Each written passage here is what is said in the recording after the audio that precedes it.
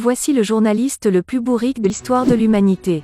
Les gens peuvent se demander de savoir pourquoi est-il un bourrique? Voici la réponse. Cet homme a été ridiculisé par Kofi lors de sa conférence de presse pour avoir posé la question la plus ridicule qu'un journaliste ne peut jamais poser à un artiste cultivé comme Kofi Olomide.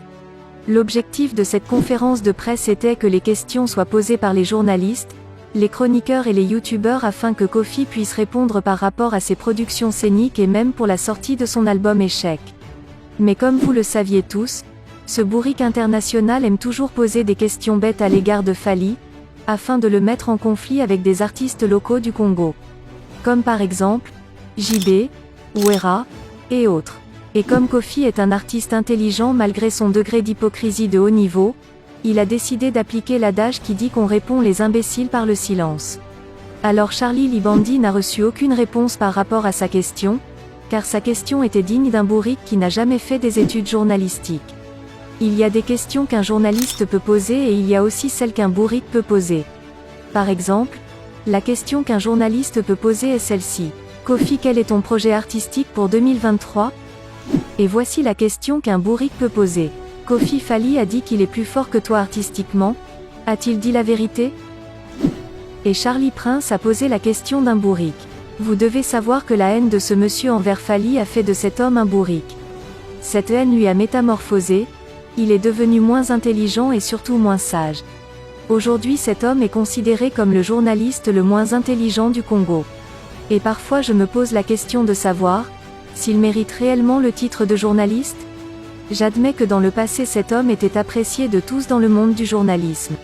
Mais depuis que Fally a refusé de lui donner le secret pour finir sa calvitie, il a décidé de faire de Fally son patron de nuit sans salaire. Il ne peut pas passer une journée sans parler en mal de Fally. Et même les cafards de sa toilette sale se demandent si le nom de Fally était le nom de son papier hygiénique. Car à tout moment avant de nettoyer sa merde, il crie le nom de Fally dans sa toilette. Oh Fally Yopé succès Eleki, Pesa Peba Ningako, Ah Fally je t'aime, oh mon Fally pardonne-moi, oh Fally reviens chéri Zonga, je te traiterai comme un roi promis, Nako Koma à ta esclave Nayo promis. Charlie rêve de Fally partout, mais le seul moyen pour lui de camoufler son amour envers Fally, est de l'insulter tous les jours en dénigrant son travail. Le salaire de Charlie Prince c'est la souffrance, la pauvreté, l'immaturité, l'incompétence, la calvitie et l'ingratitude. Aujourd'hui il est obligé de soutenir un artiste sans avenir en espérant un jour être remercié par un voyage pour la France.